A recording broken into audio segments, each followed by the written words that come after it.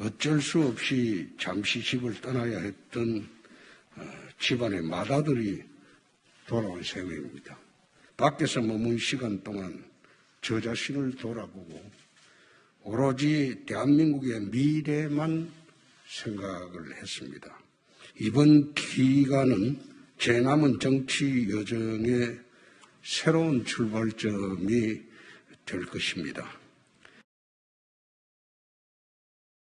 아마 홍준표 후보께서 가장 정확히 잘 알고 있을 것이다. 검찰의 후배고 지난 여름에 무엇을 한지 다 알고 있는 분이 홍준표 후보이기 때문에 최소한 6하 원칙에 맞게 의혹을 제기할 수 있어야 합니다. 도대체 야권에 있는 누가 언제 어디서 어떻게 왜 X파일을 만들고 유포했겠습니까? 상식선에서 의혹 제기를 해야 됩니다. 자, 이 시간부터 최진봉 성공회대 교수, 전지현 변호사 그리고 백성문 변호사 세 분과 함께 하겠습니다. 어서 오십시오. 안녕하세요. 네.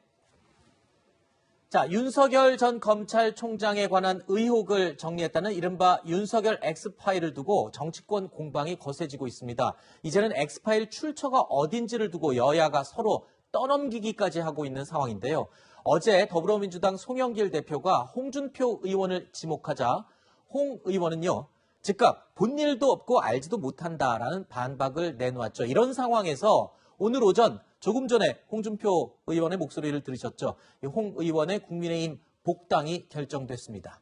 자, 지난해 총선을 앞두고 공천 배제에 반발해서 탈당한 지 1년 3개월 만에 복당을 한 것인데요. 탈당 이후에 당선된 4명의 의원 중 권성동, 김태호 의원에 이어서 세 번째로 복당을 했는데 이로써 국민의힘 의원 수는 모두 103명이 됐습니다. 자, 이준석 대표 말에 따르면 최고위원회의에서 반대 의견이 없이 홍준표 의원이 복당이 결정됐다라고 하는데 홍 의원은 맏아들이 돌아왔다 이렇게 이야기를 했습니다. 그러니까 본인은 국민의힘의 정통성을 가지고 있는 사람이다 이렇게 얘기를 하는 거죠. 또 본인이 계속 국민의힘에 복당하기를 원했었고 또 제가 볼 때는 본인이 이제 이번 대선에도 출마 가능성이 있고 출마를 하겠다는 의지가 강한 걸로 보여져요. 그렇다고 하면 국민의힘에 들어와서 본인이 경선에도 참여하고 또 이제 대선 얼마 앞두지 않았기 때문에 경선이 곧 시작이 될 텐데 그렇게 되면 본인이 역할을 할 수 있는 부분들을 충분히 있을 거라고 저희는 판단한 것 같습니다. 네. 아마 이제 지도부에서도 대체적으로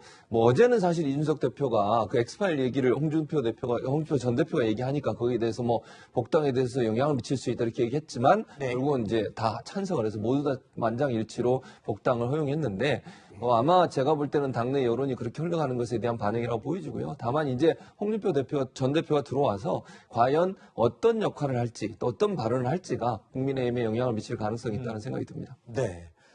복당을 앞두고 있는 예민한 시기에 왜 그런 말을 하는지 모르겠다라고까지 얘기를 해서 혹시 복당에 문제가 있을까 했는데 이변은 없었던 것 같습니다.